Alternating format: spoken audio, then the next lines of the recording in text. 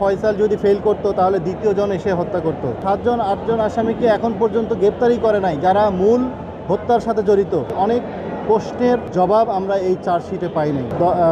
অভিযোগপত্র বা চার্জশিট দাখিল হয়েছিল, আপনারা জানেন। এই চার্জশিট গ্রহণ বিষয়ে আজকে শুনানির জন্য ছিল।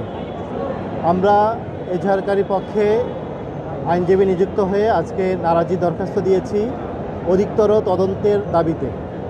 অধিকতর তদন্ত আমরা এই জন্য চেয়েছি যে শহীদ ওসমান হাদির যেই চার্জশিট দেওয়া হয়েছে, যেই তদন্ত করা হয়েছে, এই তদন্তটা একটা স্বাভাবিক মানে নর্মাল যে একটা হত্যাকাণ্ড এইভাবে করা হয়েছে এবং এই তদন্ত করার ক্ষেত্রে একটা অবহেলা দেখা গেছে। কারণ এই তদন্তে অনেক কিছু উদ্ঘটিত হয় নাই, অনেক প্রশ্নের জবাব আমরা এই চার্জশিটে পাই নাই।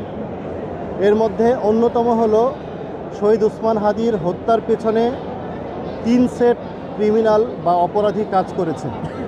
প্রথম যারা হলো শহীদ ওসমান হাদির ডাকা নতুন যে সাংস্কৃতিক বিপ্লব, সেই বিপ্লবকে থামিয়ে দেওয়ার জন্য শহীদ ওসমান হাদিকে মেরে ফেলার বা হত্যা করার পরিকল্পনা করেছে। এরা দেশি বিদেশি অনেক বড় ব্যক্তি এবং সংস্থা আমরা মনে করি। এই কোনো বিষয়টা এই চার্জশিটে নাই। দ্বিতীয় যে বিষয়টা সেটা হলো এই পরিকল্পনা বাস্তবায়নকারী একজন ছিল ফয়সাল। আমাদের দৃঢ় বিশ্বাস যে যেভাবে প্রকাশ্য দিবালোকে হত্যা করা হয়েছে এইটা কোনো স্বাভাবিক ঘটনা, অনেক বড় একটা সিগনিফিক্যান্ট ঘটনা, যেটা দিয়ে অনেক বড় কিছু মিন করানোর চেষ্টা করা হয়েছে। হাদিকে যারা হত্যা করেছে তারা চাইলে হাদিকে অন্ধকারে বাসায় বা যে কোনো জায়গায় সকলের অজ্ঞাতে হত্যা করতে পারত। কেন প্রকাশ্য দিবালোকে হত্যা করতে হলো? এইটার একটা বড় মিনিং আছে, যেই মিনিংয়ের কোনো জবাব এই চার্জশিটে নাই। যার কারণে আমরা মনে করছি যারা এক্সিকিউটর, এই এক্সিকিউটর ফয়সাল একজন এক্সিকিউটর না, এদের অনেকগুলো প্ল্যান ছিল। হয়তো ফয়সাল যদি ফেল করতো তাহলে দ্বিতীয় জন এসে হত্যা করতো, দ্বিতীয় জন ফেল করলে তৃতীয় জন হত্যা করতো। তারা কোথায়? তারাও কিন্তু পালিয়ে গিয়েছে। এই এক্সিকিউটরদেরকে একজনকে আনা হয়েছে, আর এই এক্সিকিউটরদেরকে যে যারা সেফ এক্সিট করে দিয়েছে, আপনারা জানেন যে 7জন 8জন আসামিকে এখন পর্যন্ত গ্রেপ্তারই করে নাই যারা মূল হত্যার সাথে জড়িত।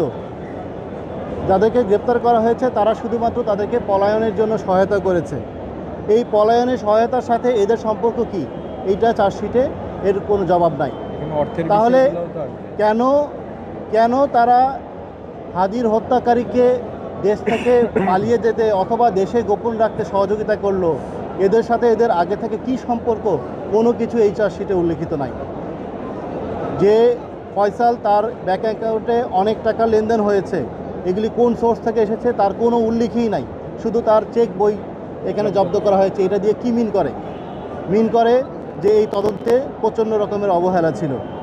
এবং আমরা যেটা মনে করি যে যেই পালাতে সাহায্যকারী যেই পক্ষ, এই পক্ষ এবং যারা হলো হত্যা কার্যকর করেছে এই পক্ষ, এই দুই পক্ষের কি রিলেশন, এইটা যদি এস্টাবলিশ করা যায় তাহলে এই দুইটার মাধ্যমে মূল যেই পক্ষ, যারা হলো মূল কারিগর, যারা হলো মূল পরিকল্পনাকারী, তাদেরকে আমরা ধরতে পারবো। এই পুরো চেইনটাকে এই চার্জশিটে আমরা অনুপস্থিত দেখেছি, যার কারণে আমরা এই নারাজি দিয়েছি। শহীদ ওসমান হাদি সারা জীবন ইনসাফের জন্য লড়াই করেছেন এবং তিনি বারবার বলেছেন আমাকে যদি মেরে ফেলা হয় আমার বিচারটা করিয়েন। আমরা মনে করি তার জন্য ন্যায় বিচার যদি করতে হয় তাহলে এই চার্জশিট ধরে আমরা আগাতে পারবো না। এই চার্জশিট ধরে আগালে আমরা তার প্রতি ন্যায় বিচার দিতে পারবো না। যার কারণে আমরা আজকে একটা নারাজি পিটিশন দিয়েছি অধিকতর তদন্তের।